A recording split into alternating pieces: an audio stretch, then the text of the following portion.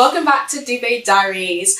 I'm Elizabeth the writer and I'm here with a special guest, but my friend. Like, you know, I'll be having all my friends here in season 1, but this is my girl. Her. This is Lisa. Hey guys, hello. I'm excited to have you on here. Like, if you're watching, you can see that she's stunning. Face beat, face card never declining, all that stuff there. Girl, look who's talking. I'm so excited to have you on. We need friends that can really speak life into you, because I feel like it's about your circle and who's actually talking like the right things into you and what you need to hear at the right time. And I remember Lisa saying something to me along the lines of, sometimes you have to close some doors in order to like open up others. And just being able to be like, okay, like you're hanging on to certain things, or like you're basically just being scared to make the leap and like do things and like start a podcast or like really put yourself out there. I appreciate people like you and friends like you are just like championing me on and being like, girl, go for it, like you're capable and do it, like you guys all do it. Like George is always telling me, like, don't doubt yourself, like just like so many things when you can feel a bit like,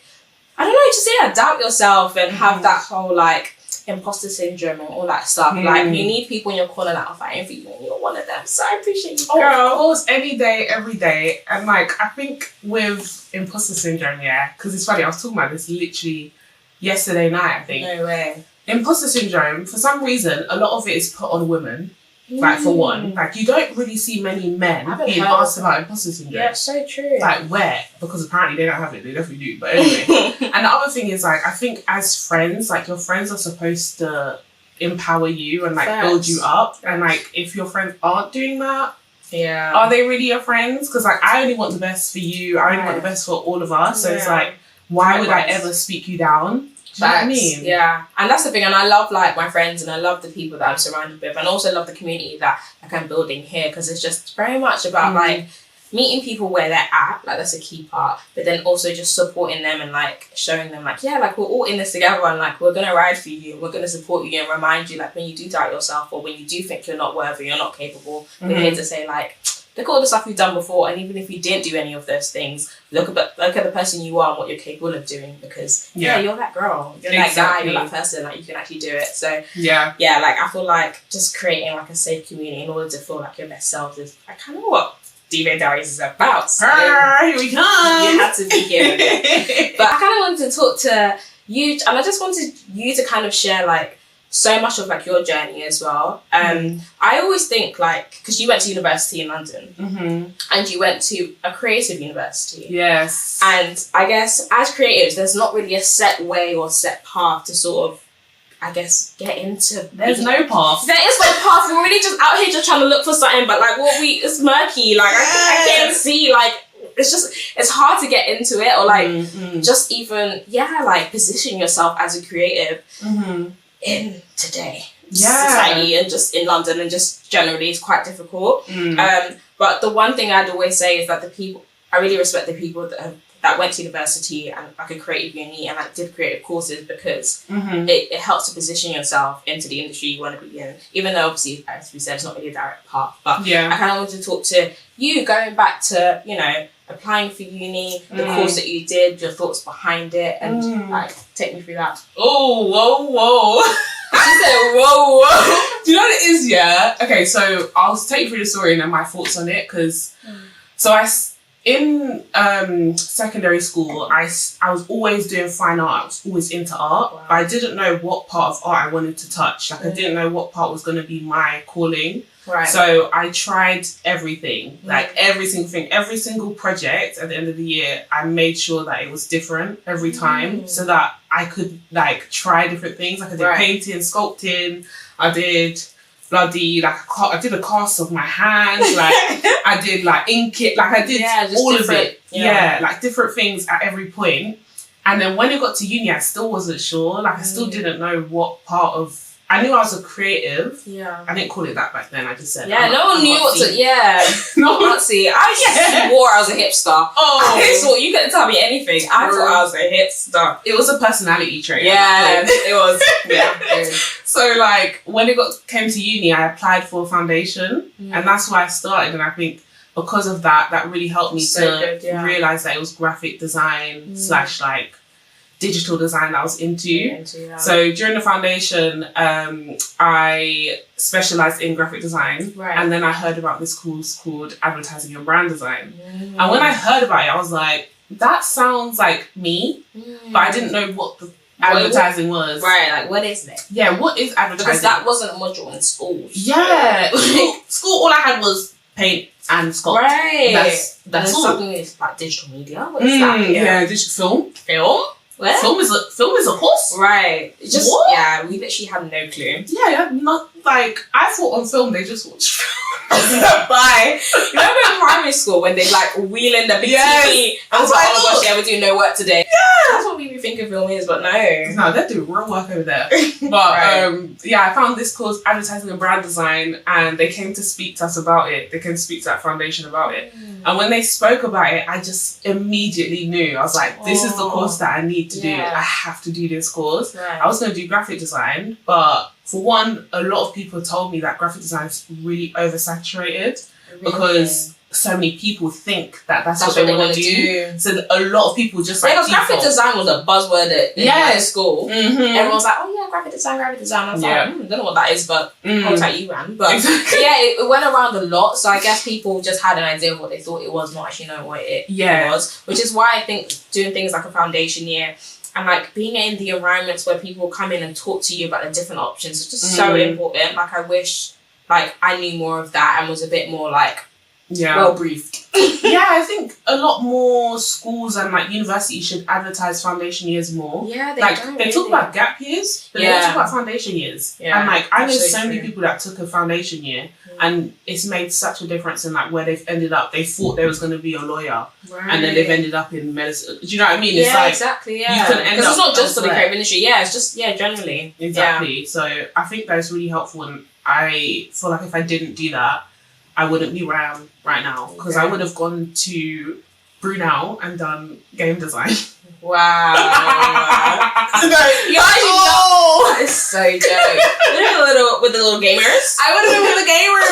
Oh my god, gamer girl. Oh my gosh. You're so quirky and edgy.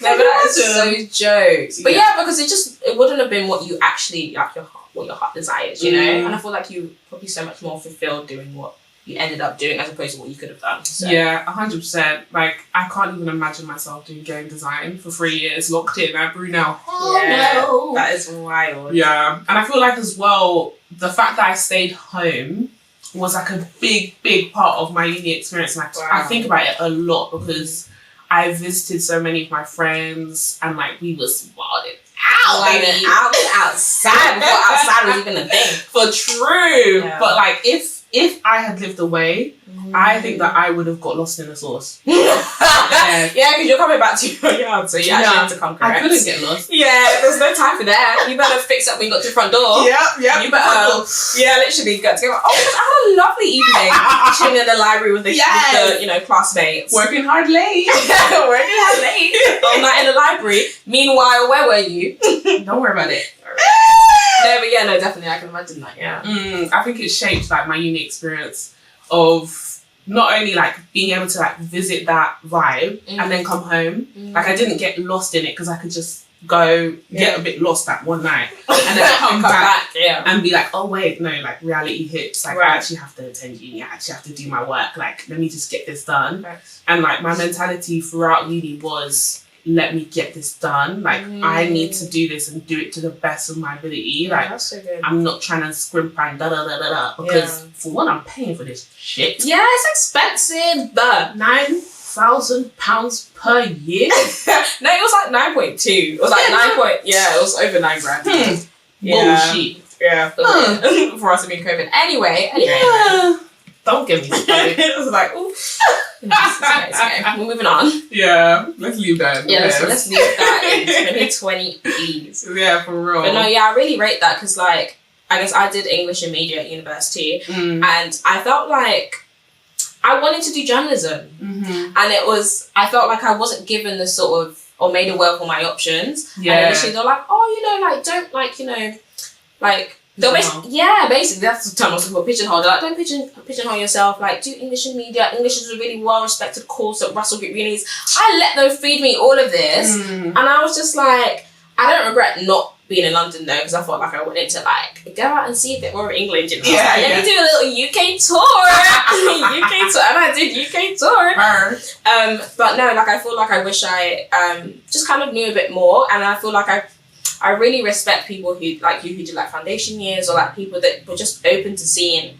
Like, do you know what I mean? And being like, okay, cool, and then making an informed decision. Yeah. And I went into it and I was just like, I'm here now, so let's just do these 3 years and like, you know, we're gonna make it work, and we did, and it was good. But like, I think being exposed to all that you were as well, like I think just meeting people that are actually in the industries that you want to be working in, I think that's really important. Yeah. Yeah, and that's like, if you're at the age and you're listening where you're thinking about university or an apprenticeship or whatever, really please look at all your options. Like, don't go in head first because of just what your school's telling you should do, because they see you as a statistic, because I promise that's all they see you as. I'm telling you right now, they don't really care. Like, they want you to do well, but then they also want it to reflect well on them as well. On them. Yes. So it's like, ooh, like, I get it, but it's like, at the same time, it's just like, give me all my options. So I hope schools are doing a bit better with that. But yeah, so I guess you ended up obviously finishing your foundation year, and then how was, I guess, the rest of your 3 years at uni? Like, how was that in terms of your course and who you learned? And I met so many beautiful people. I met a beautiful group of friends that to this day I'm still friends with them. And I'm gonna be honest, like, I'm quite like once I like have my pupils, I kind of sit with them and I stay with them. So part of me does wish that I kind of socialised a bit more, but I do also feel like I left with like solid friendships. And I know not a lot of people do. Which is sad. Which is, it's so tight. But that's not my story. It's not my thing. And then like throughout uni, like, I would say that first year I was playing games. So first year I thought it was a game. Like it's just literally game design game. Yeah, exactly. I was sitting there playing Sims like lol. Literally just seeing what's up. But yeah, literally. And then second year I started to realise like, oh wait, like if I don't do the work, nothing's gonna happen. Yeah, you ain't coming out with a degree. Yeah, do that much. Let alone a bloody first. Yeah, and I really, really wanted a first. Like I said to myself, I know I can do it. Like if I just put my mind to it. Right. So throughout second and third year, like I feel like I put a lot more effort into the work itself. But I definitely like the main thing I remember about uni is my friends and it's the people that I met and the experiences. Honestly, that made uni. Without them, I don't know what I would have done. Like I would have been so sad. And we used to encourage each other creatively because all of us were creative. Right. And we all had like a similar feeling going into the course of like, this is where we want to be, but we don't know where it's going to take us. So like we used to do like photo shoots at uni. Like I was doing makeup that's what I love about being surrounded by creatives. It's like everyone just gets it. Exactly. There's no judgment. It's just like, okay, cool, I'll get your positions for you. I will go on the floor and hold this tripod on my head if I need to. Like I'll do what I need to do to help you get to where you want to get to. Like, and I just love that you're surrounded by that at university. I think it's so beautiful, like the way that even like outside of uni now, when I go into like creative spaces, it's still the same energy. I love that, and I think that's like something so beautiful about the creative community in London. Especially. I love it. Everybody's like, let me do this. How can I help you? And it's like, please. Like we all need to help each other because at the end of the day, ain't nobody else helping us. Exactly. And community really is everything. Like I can't stress that enough. Like community is so important, and I feel like when you're surrounded by like-minded people that want to see you win, and also who want to win too. Like I feel like all those efforts together can create something so great. So I completely agree. I'm so glad you had that. And even like going on from that into like Enough Said as well. Yes. Like you guys had a whole, do you want to talk a bit about Enough Said? Yeah, so those friends that I was talking about, we started Enough Said together, which was, at the time, it was a creative agency that we started because we felt like in the industry, we didn't see anybody that looked like us. And there was 11 of us at the beginning, then there was 7, but that's another story. But all of us were like of an ethnic minority, either Black or Asian or wherever it is. Like we were all ethnic minorities, and we just felt like every time we went into these agencies, like we'd have these talks at like certain agencies, and not name drop them. You don't need to name names. You're like, really okay. I mean, I could, but I won't. Because otherwise, it's like that, joking. But yeah, we went into these agencies and like these people that were talking to us and they're like, like you could get a job here. And I'm looking around. I'm like, well, where? I don't see. Where? I don't I don't see nobody. Where's my man? Where's my man? Where's my friend? Where's my man? Where is he? Where's my potential work husband? No facts though. Where is he? Where is my man? That's okay. But we just saw like absolutely no one that looked like us. Yeah. And we also saw this article by Jahid Hussein, and he said that he'd never been taught by someone of the ethnic minority.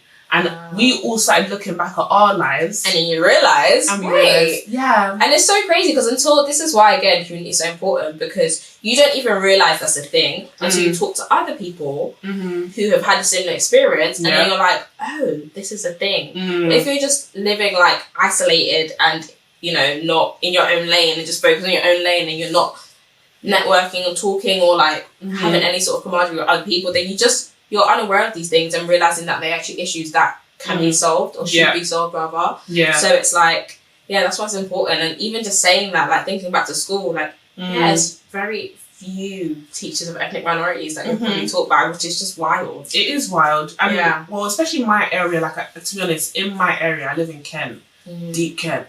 And in Kent, like, I mean, there are, the sticks everywhere.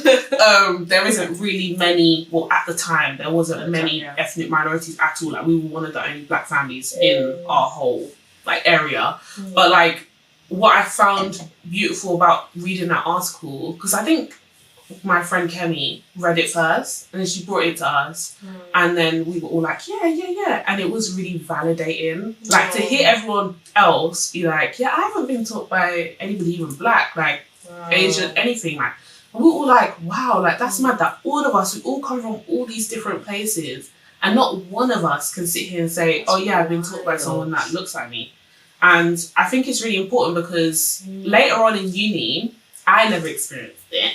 But two of our friends did experience like being taught by, well, they're black, so they got taught by black people. And they said that it was such a different experience. Like it felt so good, and it felt like there's just a different like understanding, I guess, that you can have, or like conversations that you can have about certain things. Like even my dissertation was on the beauty industry and why the foundation ranges were lacking before Fenty, basically. Wow. Because they were lacking, and some of them still are.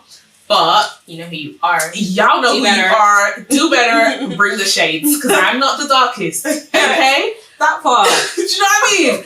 But when I started to think about that for my dissertation, and I was talking to my tutor about it, he didn't really get it, because it's like he doesn't have to think about that. And that's obviously so real. Because obviously I love Beyonce. We both do. But baby. I love you, girl. Hey Beyonce. Hey Blue Ivy. Like at this point, hey Blue Ivy. Hey y'all, Ruby sir. How you doing? Hey. Solange, all of y'all. Yes, Solange. I'm gonna love you. No, can you just tell? It's this whole Stan Twitter thing. Anyway. Oh, Liz, I deleted her. Really? Yeah, I just had to. Yeah, fairs. I hear him. I'm not there yet, but I got on it a lot less. Yeah, I kind of miss it, but I don't know. My days aren't as funny.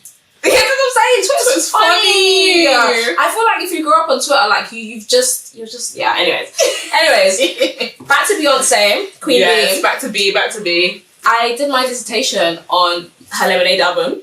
Oh really? I didn't know that. Yeah, and the title was "When Life Gives You Lemons, How Do You Make Your Lemonade?" And it was on like different ways, I guess, different women will perceive her album and how their different life experiences will, I guess, go into that. So a black woman would, take Becky with the good hair in a different way than a white woman who has no idea what that phrase means. And like just the different connotations and how the different like images and symbols will resonate with different women. Even the music videos as well. And even the music videos, visuals, everything, like so much goes into it. And obviously, like when I was, because you know how you have to send over a dissertation proposal and all that stuff. Yes. I just know full well my tutor was like, what is this? Yeah, literally, like okay, and just gave me like some text that I could, like, I guess maybe look into. But everything was off of my own back and off of like my own experiences. Yeah, and it's like, even though that dissertation was fine and it was like I liked it and it it was okay, but I always think how much like different the experience would have been, or how much different like my dissertation could have turned out if I did have a black female tutor, for example. And it's just these different like nuanced experiences that we all share, Mm-hmm. which is just so interesting and like really just shapes, I guess, our mindset and also just how we perceive, like, I guess, navigating in this kind of society. It's just really, really interesting. So I just, even to go back to your friend who was like taught by a black person, even that being a thing is just insane, because it's just like, what? It's crazy. Like, it's just, no, it's actually wild. It's so wild. It's so wild. Like it's just mad that we even have to. It's not even have to, but it's frustrating because we shouldn't have to feel like this or be like this, but it also is part of the society that we live in. Because if we lived in a different society, this wouldn't be the situation. So I guess part of it is like just highlighting like how powerful it can be. And I feel like with recently, things are still, they still need to be better. But I think the more that people highlight the more that people highlight like how changing things around and moving society makes such a big difference to each individual, the more that we will see more changes. Because like, even with that, when Jahid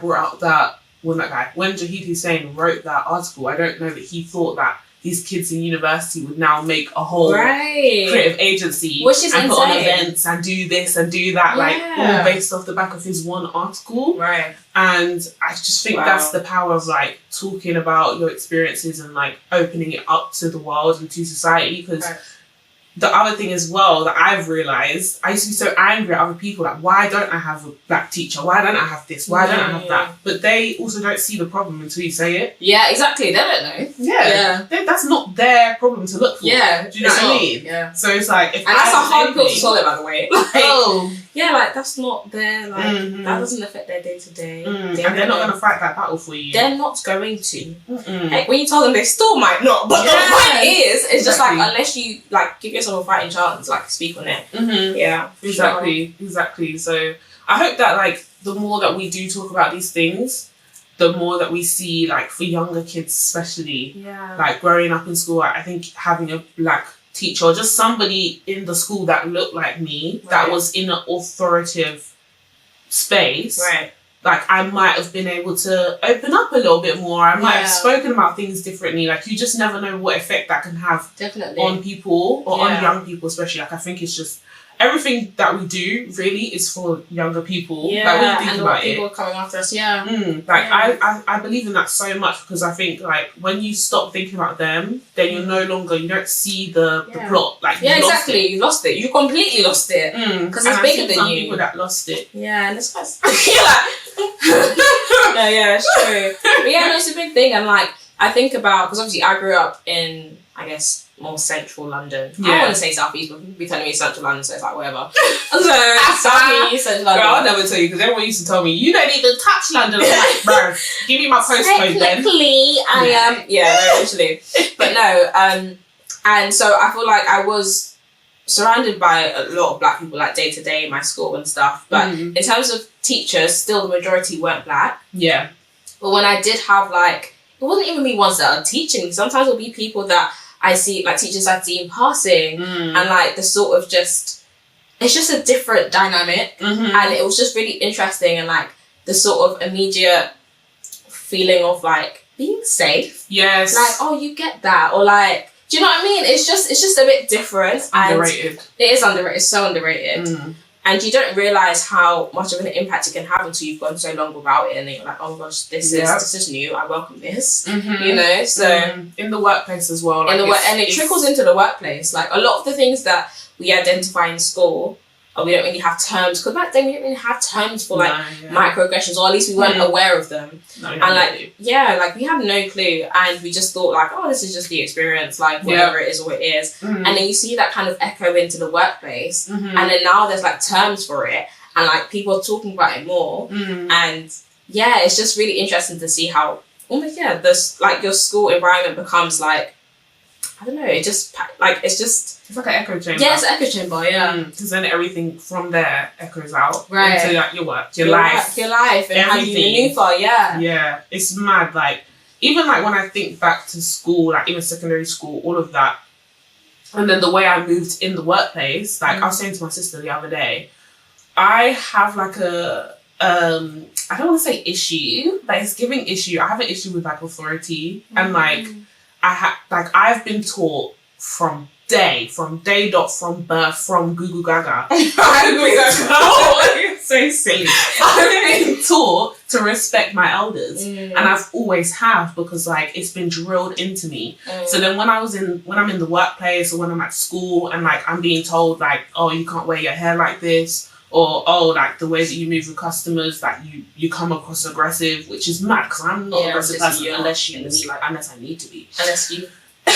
No, but like, do you know what I mean? Like all of those things, angry black girl, when people would put that on me, I found it hard to defend myself, because I'm already like, I need to respect my elders. Wow, like I need to respect the way that they Yeah. But like only recently have I truly like really realized and understood that that's come from childhood, and it's something that I can work on and continue to challenge it. Wow. It's hard. Yeah. And I feel like a lot of black people, or a lot of like, I feel like a lot of ethnic minorities have a similar upbringing of respecting your elders. Yeah. So I feel like it's something that potentially a lot of people are struggling with. Yeah, and then also being able to like speak up for yourself, or like to be able to voice, oh, I don't actually... I don't agree with this, or especially in the workplace environment, like it's quite difficult, because then it's the whole, the imposter syndrome one, but then also, you're so used to being like told to just go with the way things are. This is what you do. You don't question it. Yep. So then it's like, okay, all of a sudden I'm supposed to. Now I'm supposed to critique, and this is a safe space for me to do that. Yes. Will there be consequences of this? So it's just still trying to like figure that out. Like it's really interesting that you touched on that, because that's a real thing. How do you feel about being black in the workplace? Like, what's your experience? Like, what's been those moments for you where you're like, oh, like it's almost like people won't let you not realize that you're black? Do you know what I mean? It's interesting. Like I remember the first ever internship work experience I ever did was at the Mirror, and that's really good. I walk in there and like I'm like 17 or 18, but like still in school before uni. And I go to like my like news desk or wherever I'm sitting, whatever, and like everyone around me is like white. I just didn't really think anything of it until I get to my seat, and next to me is a black woman with locks, and I was like, oh wow, like do you know what I mean? Like I didn't even consider that I was the only black person in the room, or that around me there was no black people, until I walked in and sat next to her, and I was like, oh mad, like you know. So then I realized like, oh, there's actually not a lot of people, I guess, that do this maybe. Like that was literally how I saw it in my mind. Like I was like, oh, maybe in London there's just not like that many people that do it. It's not as common. And like that sort of like stuck with me. And like I just always like was thinking like, oh, maybe like if I do in a traditional sense, like journalism in the UK, potentially there might not be that much room, which is so wild even thinking about that now, because I then had a sense of like coming out of uni, I was like, oh, if I'm going to do journalism, I'm going to do it my way. I want to start a podcast. And here we are. And I want to start a show. I want to like just do it in like the way that I want to do it, and feel like I've got like full creative control.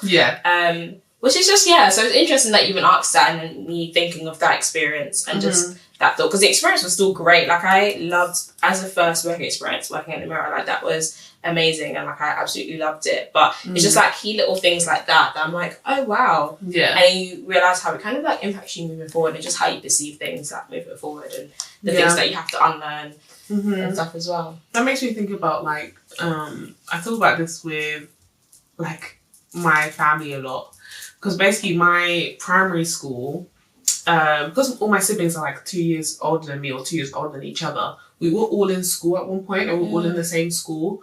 And I was looking around school for my siblings, and obviously they're all black. So I was looking around for the black people, and then I started to like count them. And like I went to a really small primary school, and it was like Roman Catholic, so there was a lot of white people. My majority was white. So I was counting, and I'm counting my siblings. I've got 4 siblings at the time who were in school with me. And then I kept counting the black people, because I was like already looking. And so I got to like 8 out of 200. Wow. And I remember thinking like, oh my God, I'm black. Like it really hit me that I was like black, and I was like the only black in the village. Like black in the village, girl. Like especially like in my class at the time, I was like the only black person in my class. Until like literally I remember in year 3, when these two girls joined, Henrietta and Penny. There was two boys as well, but when they joined, like, we formed like a really close relationship. And like from there it was like, wow, these are like my friends. But like, and that's so young. You're like what, 6, 7? Yeah. Wow. And it's mad, like, to think like that you have a moment where you realise you're black. Yeah. Do you know what I mean? And like what that means to other people, not just you. Yeah. Because like so we always get told as well, like, oh, you're black, like you're gonna have to work harder. Twice as hard, yeah. But it's just like, okay, mum, okay, dad, like whatever. Or like whoever's telling you growing up, you hear that all the time, and like it doesn't sink in until there'll be a moment at which you just realise that. And for me, I think it was when I went to university up north. So coming from being in central London, growing up there, and going to university, and then that's when I first realised I was an ethnic minority. Yeah. And of course I knew it, and like I was aware of it, but as in I didn't live that experience until I was no longer in a classroom with other black people. And I was like, oh, this is wild. So I am ethnic minority. And then you realise London isn't a reflection of the whole of England. And that was the mistake that I grew up, like in London, especially where I grew up in London, because different areas in London are different. Yeah. But where I grew up in London,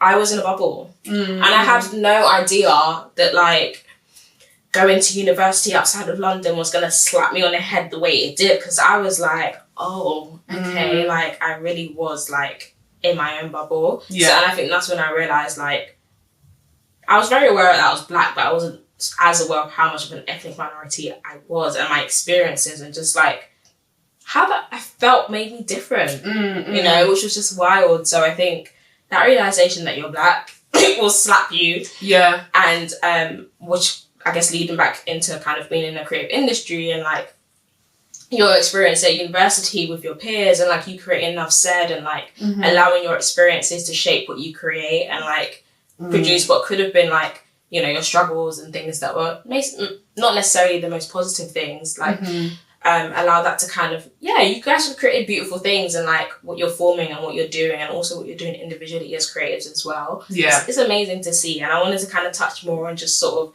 your, I guess, you know, we've spoken about the beginning of your journey and going into university, and we did go on a tangent, guys, because we be talking. But I wanted to speak to you more about sort of like the things that you've done from like post-university as well, and just content creation in general. Like you have a YouTube channel, you're a makeup artist, period. Like look at this beat, if you're watching, you can see for yourself. Multifaceted baby, period. And also talk about what you've been doing with your sister as well, which was formerly known as Cypher, but now known as For the Fans. Yes, Fan Not. Oh, Fan Not. Okay, so talk to us about what was it. Yeah, so after university, I was still working part-time, but throughout uni and after, I was freelancing. So the whole time I was freelancing as a graphic designer. Partially for like some of my friends' brands. So my friend has this brand called Sonic Waves. The live music nights, and which are really fun. They are so good times. So good. Yeah, we went together, didn't we? Yeah, so good. And it's a beautiful way to like be introduced to new music. And one of my passions is music, another passion is beauty, and another passion is art. So everything I do seems to like trickle back into those. But yes, I was working with her for a while, and then after I left uni, I was part-time, and then COVID hit. No, not even after I left. While I was at uni, COVID hit. And during that time, I was like, wait, I need to understand like what this now means for my career. Right. Because the university that I went to, I chose that uni because of the job progression after. Right. Like, it was 95% hired after uni. So I was like, I'm good. I'm set for life. Like, I didn't have to worry. Then lockdown came, and I was like, oh, mad that, wait, I actually have to worry, because everyone's everybody's talking about how they can't get hired. Like, everybody, all of us, like, in, like, our old uni group chat, were like, I haven't been hired, like, I'm trying to look for jobs, I was sitting here still part-time working, so I was good. And it got to a point where I couldn't stay at where I worked. I couldn't hack it anymore. Like, I just felt underappreciated. And then, like, everything that happened with George Floyd in lockdown, and not just that, but Black Lives Matter, the company did not show me that they supported me. The company made me feel like I was an other still. And I also felt like the people that I worked with did not respect me or my skin. So I was like, it's time to leave. Get the out of there. I'm out. So once I got out of there, I was still freelancing, and I started freelancing for OK Cool, which was a really sick opportunity, and I think that really helped me. Like they're really cool because like they're quite for like Gen Z. I was gonna say our generation, yeah, they're very much like talking to us, which is easier to design for yourself than for anyone else. Yeah, you can see that with their like reels, their videos, like just they're very much talking to us, which is nice.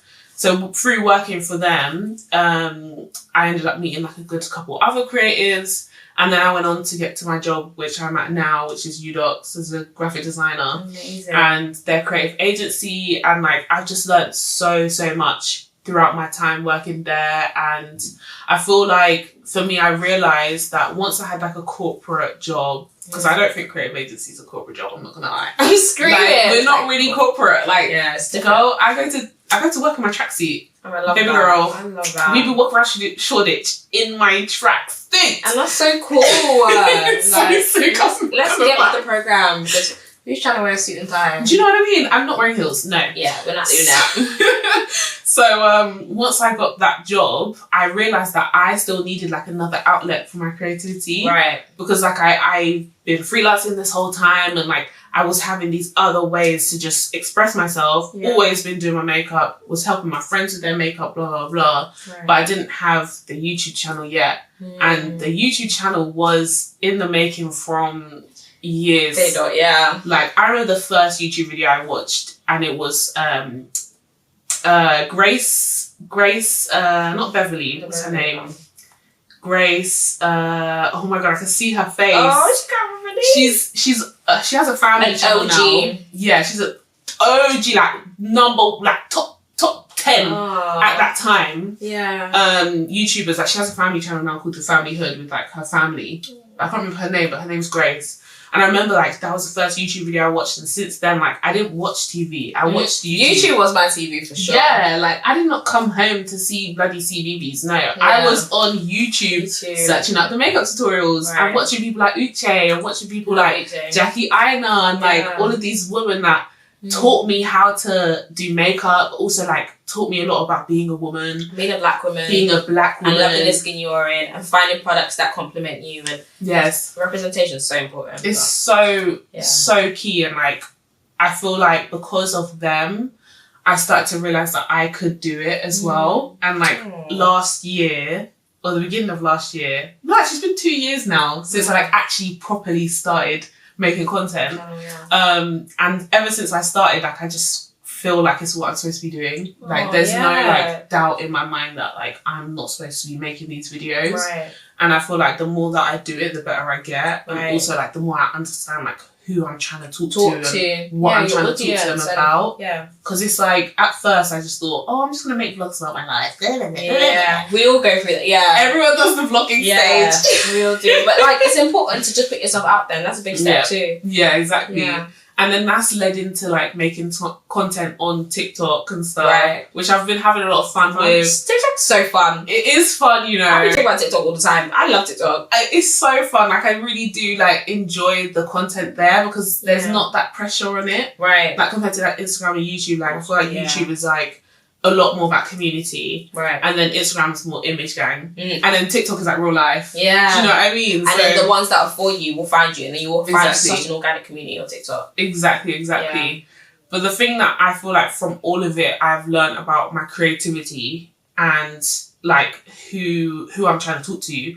Really, I'm talking to myself. Like at the end of the day, I'm talking to me. I'm creative for me. I'm creating content for me.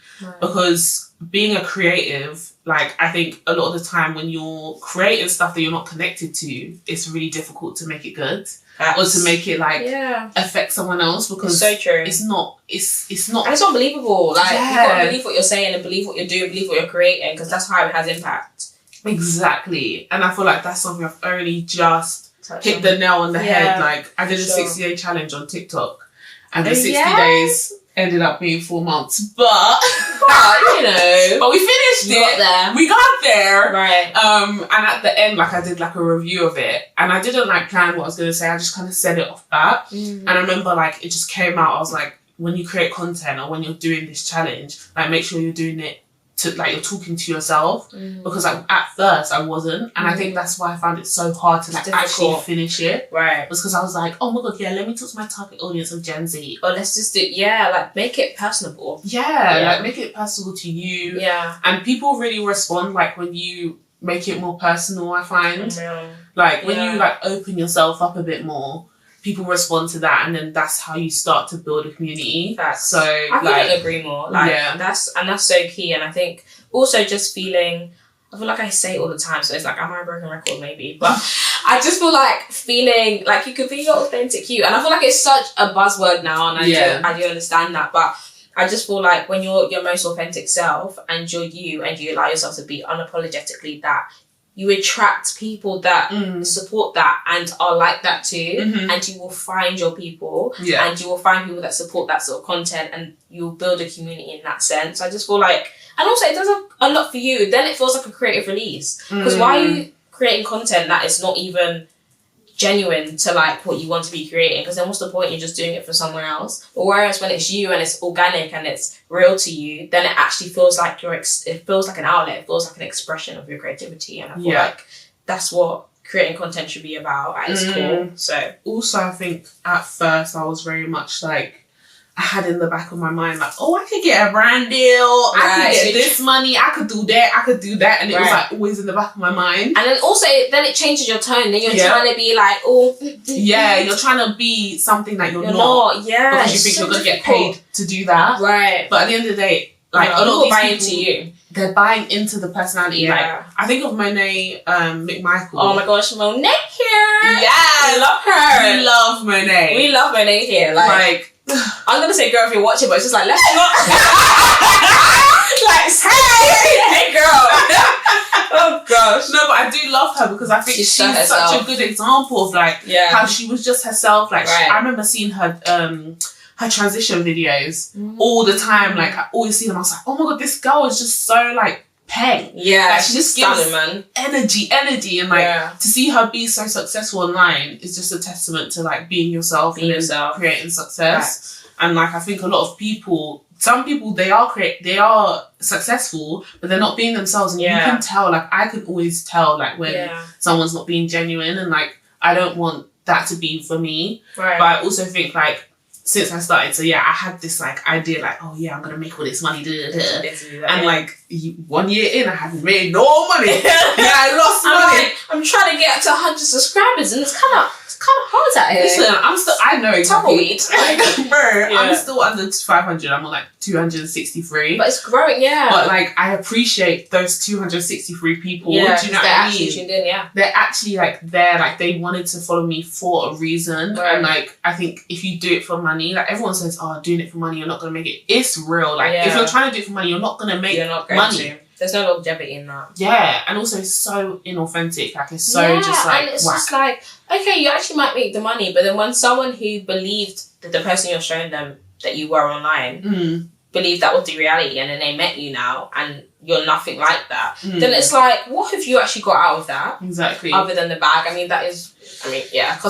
cost of living, I do get it, but it's like, at the same time, it's just, we have to be, surely like, humanity hasn't stooped that low to where we're pretending to be people that we're not, and we're putting on this false pretense just for the sake of getting money. You know? Like, and it's almost like cosplaying as like someone you're not, when in actual fact it's like, and then at the bottom line is then you don't know who you really are, because it's just like you're not even taking the time to like figure out who you are. Like I remember when I first started, like even like back in the day when I used to film YouTube videos, and like how much I can see how much I've grown and evolved. Yeah. I was like, because I was learning to like find myself and be more me. Like even in old videos I could see when I'd be a bit more like, oh, just trying to, you know, cross every T, dot every I, just trying to be a bit more because I'd be like, oh my gosh, this is practice for me being a journalist, let me just be as I think I should be.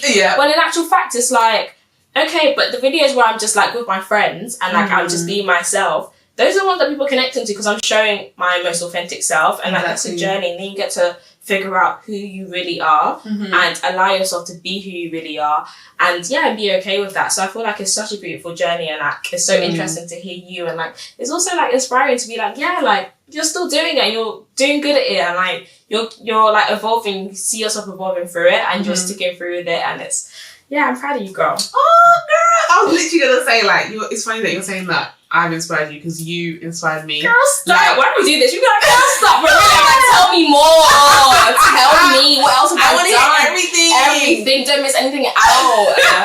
No, but so for real, like YouTube and content, like especially like both of those categories. I remember I saw your videos with Liz, with Nat. With me. And I remember like I used to always think like, oh my gosh, like I love how they've done it together, and then like they're like a creative duo, and like I just love that for you guys. And then with content online as well, like I think that the way that you keep showing up, like you stay showing up, and like, girl, and it'd be hard.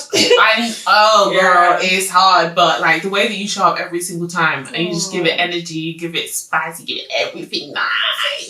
Girl. And I just like, that's inspired me. So I need you to know that too. No, that's made me feel like, it's worth to keep going, because sometimes you're just like, no one even cares anyway, like what have we been doing? But really it's just like, no, people see it and they want you to keep going. Like the people that are for you and the people that matter will keep wanting to like see you win, and like will keep giving you that confidence boost, and you've been doing that. So I appreciate you, girl. Thank you. Do you find that like since you started doing content yourself, you like give people more flowers for their content? 100%. Like I'll be commenting. I can follow you yesterday, and I'll be commenting on your photos tomorrow. Like because I just want people to feel so like, not even that I want them to feel validated by me, but I want them to just like feel seen and just like feel supported, because I know how that feels for me.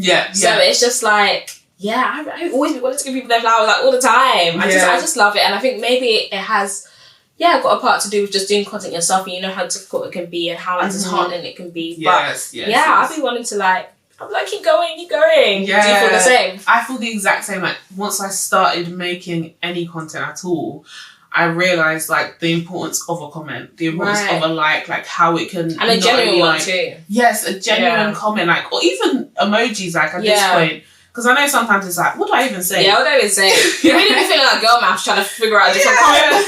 I'm trying not to say thanks, babes. Literally. Like, what else can I say? Or gorgeous, stunning. But like, I feel like it does boost the person so much. And I think even if they don't reply back, it's still that I was just able to do that for them. And I like understand what it's done for me now. So like, I think comments and stuff, like I used to never comment on videos.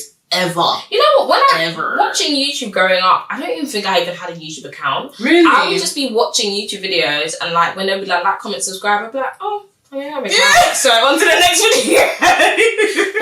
Wow, it was fun while it lasted, but this is my cue to lead to the next video. Yes, you're never. You're like that 70% that didn't subscribe. Yeah. Sorry. I'm so sorry. But like once I made an account, I actually enjoyed being able to like videos and comment and like see other people's comments, and then see people liking my comments and other people's videos, and like it feeling like a little community within the comments, and it's nice to just like show love. And, like, exactly. I feel like we should do that more, and like, the opportunities that we can do that, we should definitely take that. So important, and I just love that. I love that for us. I love that. I love everything we're going to create. I love everything you're going to create and you're yet to do. And I end every episode with diary prompts, because this is, a diary entry or whatever. Yeah. So you just got to repeat the diary prompt after me, and then finish the sentence. So the first is, I'm going to get up. Not me going completely blank. I was like, what is the first? Girl, it's cool. It's like, what is it? What is it? Where is it? Okay, so the first diary prompt is, I wouldn't be the person I am today without. Okay. Oh, funny. Okay. I wouldn't be the person I am today without the women in my life. Like, no hate to the men in my life. I'm not a man basher, but I'm not a man basher. The women in my life are so incredible. Like, I have a community around me of just like the most amazing women, like my mum, my sisters, my friends. Like, I've been so blessed to have, like, I have over 20 women around me that are like pouring into me constantly. I'm pouring into them. We're reviving each other. We're re-energizing each other. We're relaxing each other. It's just, I've just been so blessed to find a community of women that like are just purely peaceful and like giving love freely. Like, there's no conditions to the love that I receive. Oh my gosh, I love that. It's been such a blessing. And like, to lead on from that, there's actually this project that I've been trying to do I've been wanting to do it for literally years. But I haven't felt like I was able to do it yet because I wanted to like make it about being Black and what it feels like to be supported. But I didn't know like how I felt supported yet. And the reason why I said it was funny because recently I realised that that project is going to be about these women in my life. Like, that's what it's going to be about because they are the ones that support me. They're the ones that lift me up when I'm down, when I'm up, when I'm left, when I'm right. So, yeah, that's why I said it was funny because I literally was thinking about this the other day. That's crazy. Synchronicity. How it comes about. It's so mad. I love that. And that's so important. And yeah, it's so real. Like, women loving on women and supporting women is just so important. So 100%, man. And I also wanted to say that, like, I grew up I went to girls' school and I know you did too. And I feel like sisterhood, like, I don't know if I would be as much of a girl's girl as I am today if it wasn't for my experience growing up with girls and going to a girls' school and just knowing the importance of sisterhood. I feel like that really shaped me, and I feel like when we first met, there was like similarities that like we had in our experiences, and we're just like, like, she's a girl's girl, like, for sure. Like, do you know what I mean? Just the little things, the little like experiences here and there that you're just like, no, literally, like, I think that probably shaped my whole life. And like the people that I meet from girls' schools, like as you said, like when we met, it was just this instant click of like, we get each other, we understand, and like I do find that some people that haven't had that growing up, there's this like, it's a bit of a disconnect just in terms of like the way that you support each other. Like in girls' schools, like I remember like if someone had a period, it was like, I've got you, or it was like just constant like, no matter what you need, I'm gonna help you. I've got you. Like even if you didn't really like them, you'd still be like, oh, I've got one. No, literally, it was like you're growing to know sisterhood whether you like it or not. Literally, and I feel like there's that whole idea of like, girls' schools are so bitchy. But, like, I felt like there was definitely, like, bitchiness. There was definitely that, But there's always going to be bitchiness, and men are bitches too. Let's be real. Do you know what I mean? Like, you just want to put that label on the women because you think that all women are bitches, It's a similar idea with, like, how angry Black women, like, all of a sudden a group of Black women are, like, shouting and they're all angry. They're aggressive. Do you know what I mean? Yeah. So it's, like, that idea, that label. Like, I think when I first went into girls' school, I was worried about bitchiness. And I think I actually fell into it. Like, I'm going to be completely honest. Like, year 7, I was a bully. I'm going to be, not a bully, but, like, I bullied some people. And I remember, like, in year 8 and 9, I spoke to those people. They spoke to me. They brought up to me that they felt like I treated them like shit. And I didn't realise that I was just falling into this, like, narrative of, like, girls are bitches. So I was being a bitch. Because I thought I had to be. Sis was like, I was being a bitch. I was. I'm so sorry, y'all. I was being a bitch. The biggest bitch. And she was like, and I'm aware of it, and I'm so sorry. I had to really like deep it. I had to take a step back. I was like, rotted, I'm being a fucking hoe. Fucking hoe. Fucking bitch. Not a hoe. Or something like that. You ain't not a hoe, guys. Not today. No, but genuinely, like it was a big lesson that I think if I hadn't have learnt it then, God forbid, where I'd be now. Do you know what I mean? And to learn it like at 11. In comparison to being like in your 20s or in your 30s, like actually still being the mean girl, like what? I think some people need to learn that now. Like come on, we're not in school anymore. Being a mean girl is not cute. Like it's not like, it's not the vibe. Like I don't care what people tell you, it's not the vibe, because at the end of the day, all that negativity is gonna come back on your ass. And that's on that. No, it's so true. And I also, again, just to touch up on being in a girls' school as well, like I think it teaches you also just to like be present. I feel like when I was in a girls' school surrounded with girls, I wasn't thinking about guys too tough. Like I was just very much like, I think everyone will talk about it and everyone was just like, oh my gosh, like guys, or like if a male teacher will come in before it was cute, like, oh LOL. Like, because you know, we had the pride here. It was like, for the main part, we weren't surrounded by guys in our classroom or in school, so like we could just be ourselves and we could just be jokey and fun and playful and just like be silly, and like I feel like I laughed so much in school, like just laughed and just had so much banter with the girls, and it was just nice to experience that, because you are going to mix with guys and it's gonna get real and it's like it's gonna be that, but it was just nice to like just live a lot of my teen years with the girls and like appreciate that and enjoy that, and you know, go on girls' holidays and this and that. Like it really does shape you. So I completely get you when you say you feel the safest around the women, because 100%. It's so real. But yeah, the final diary prompt is I want to be remembered by. Ooh. Or I want to be remembered for. I'm gonna have to think about this one a little bit. Because I feel like part of me, being a Leo, wants to be remembered for like me, for like just being me. Just remember me for me. Just remember this face. But like I think really what that boils down to is that I want to be remembered for the impact I have on people. Like I remember there was a comment made by, not like an actual comment, like someone said to me, oh, like you have a really like positive energy. And I remember like when they told me that, I was like, oh my God, like thank you so much. Like I didn't even realise that like I was able to, she was saying basically like that I lifted her mood. And I was like, oh wow, like that is what I want to give people. I don't want to give people anything but happiness, joy, positivity, peace, love. Because like I feel like I walk through the world and I choose happiness every day. And I have to choose it. I have to. I can't sit here and choose sadness. I'm not going to do that. And I think a lot of people, they don't know how to do that. And I want to just continue to bring happiness and positivity to the world and like lift people up. I don't ever want to put people down like being a bitch like I was in school. I don't want to do that anymore. Like I don't want to do that. I just want to lift people up and like bring them good, positive energy and vibes. And like for her to have said that, from there I was like, yeah, that's the impact that I want to leave. You know? Exactly. So, and also like by what you create, of course, because like it's an extension of who you are and the stuff you're putting out there. But then also, when you're being the person who you are, being your authentic you, unapologetically you, and people being able to like sense that and feel that you're warm present, because you do carry that with you, and it's always like it lights up a room, and it is, I know it sounds cliche, but you do have such a warm energy about you. So thanks, but just to end off the episode, based on our conversation today, if you were to write a diary entry to a past version of you, it could be you going into uni, it could be you first posting content, it can be any version of you. What would you say to yourself? Lisa. Lisa, baby girl.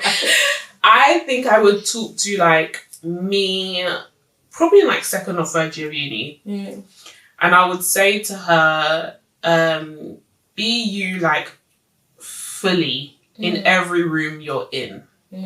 Because during that time, I would walk into rooms and pretend to be someone else. And I don't think... We've been Listen, lock me up, because I've been pretending. Like, let's go. Because, like, I think, especially at that age, like at that age, what, 19, 20, you think you're an adult. You think that you know everything. You think that you've had all these life experiences, and you think that you know best. Right. And, like, for me, turning 25 was such a turning point in my life. Innit? Like, I don't mean to sound dramatic, but turning 25 has been the most dramatic turn that... I'm like, I basically should just be 30 then. Because turning 25, I know what there is. That's what it feels like. But it's like the drastic change, right? Like, literally my 25th birthday, that day, I was like, what the flip? Something shifted in me. And I just felt this, like...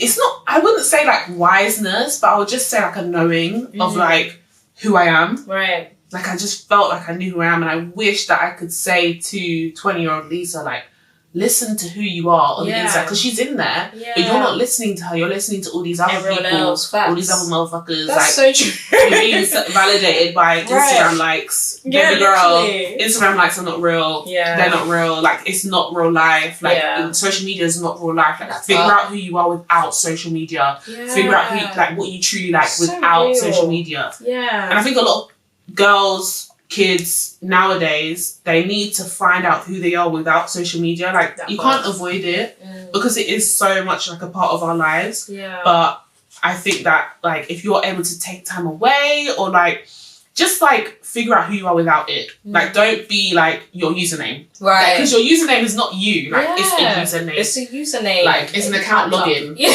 Let's be Literally, real. that is what it is. Mhm. Yeah. So Facts. yeah, I would hope that I'd say that to her, and hopefully she'd listen. Oh, I love that. And all for the girls listening as well. Like, oh, anyone listening, girl, boy, whoever you are, like, yeah, no, that's, yeah, facts. Facts. Yeah. But yeah, thanks so much, Lisa, for being on. Did it? Girl. Oh, love you, girl. Love you too. And I appreciate you and everything that you've had to say in this conversation, and the fact that these conversations happen off the mic and off the camera as well. I appreciate you. Yeah. Yes, Like, we be going deep. Yeah, for real. And I'm Deep. so happy for you as well, starting your Oh, podcast. thank you, Like, I'm babe. so proud of you. I'm so excited to see it come out. I'm going to be reposting that bitch all day, every day. And like, I just see so much success for you. Like, you're so powerful and like, you're amazing. So I just, do you know what? I don't know how to be taking this. So I'll just be like, I would do the fake cry or it's like, girl, just smile and say thank you. Like, why are you out here tapping your eyes that are dry? Like, what are you doing? no, I do it too. I'm I'll like, be like, oh.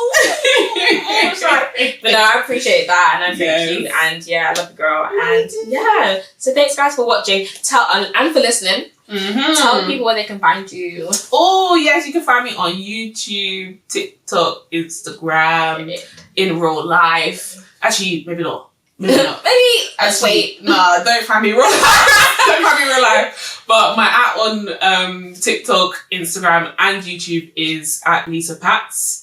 And yeah, if you want to see content about, you know, like loving yourself and living your best life and just bringing positive energy and happiness, like that's all I bring, baby. I bring hair content, makeup content. It's what it's all about, baby. So love that. So, yes, guys, go like check her out, follow her, show the love, support, please. And yeah, we appreciate you, and thank you guys for listening and watching. See you next episode. bye, y'all. Bye.